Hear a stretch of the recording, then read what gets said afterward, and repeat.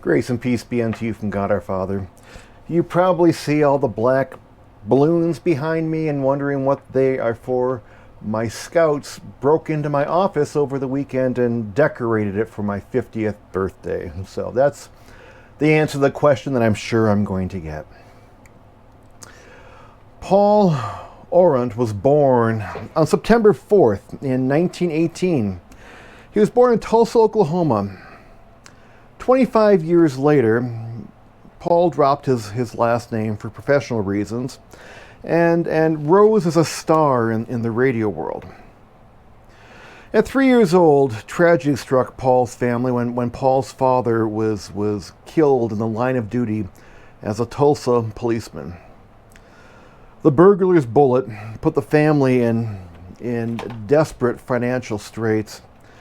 And to keep debt collectors at bay, Paul's mother had small apartments built into their home to make money from renters.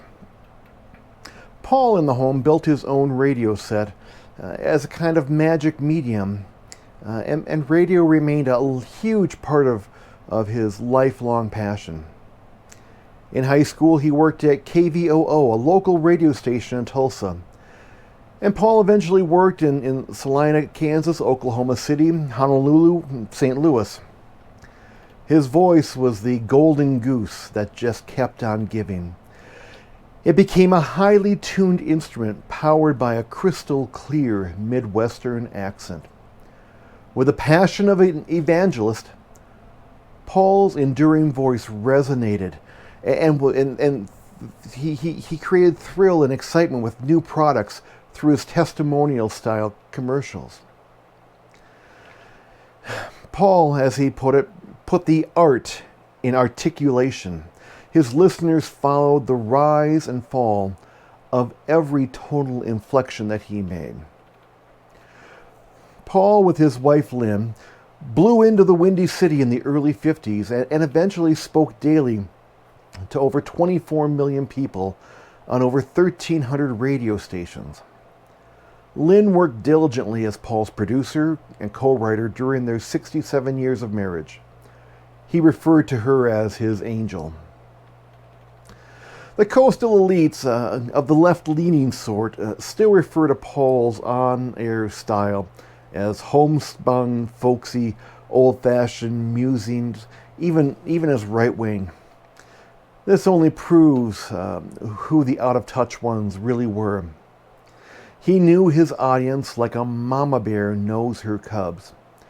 Listeners were more reliable than Old Faithful in Yellowstone.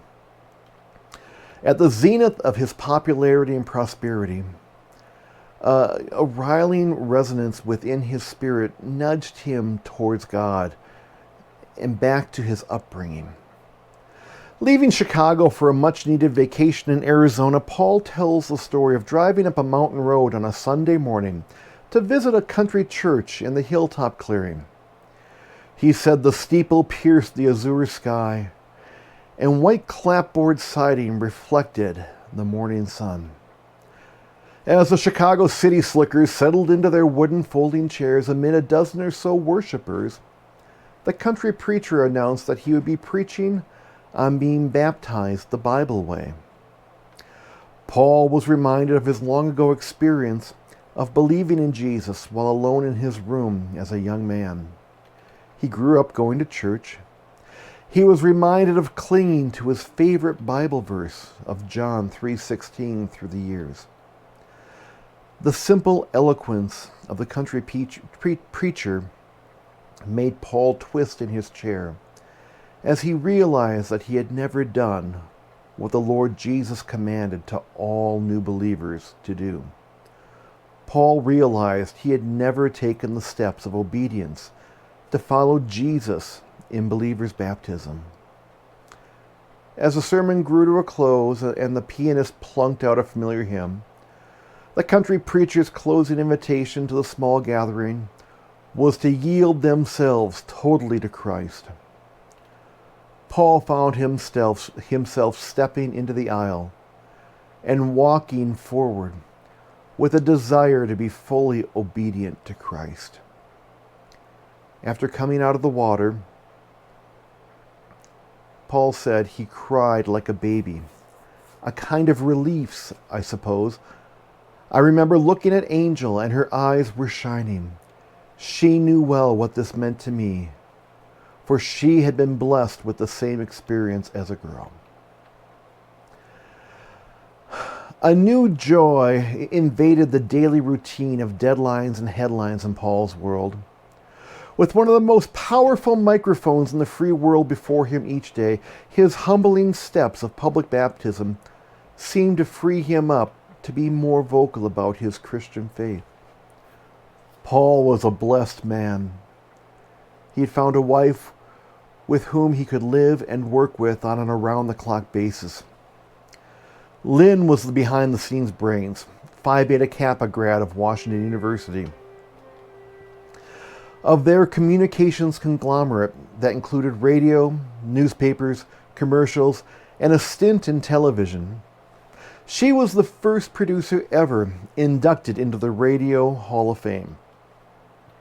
Their son Paul Jr. was a gifted writer and sometimes on-air stand-in, and was a vital part of their radio team.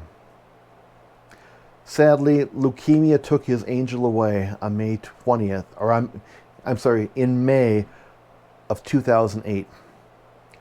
Paul soon followed at the age of 90, and radio has never been the same. Paul Orant is that famous commentator who shortened his name from Paul Harvey Orant to simply Paul Harvey, and for years brought us the rest of the story and news and comments. And now you know. No, wait. I had better let the pro take this one. Now you know the rest of the story. Paul Harvey, good day.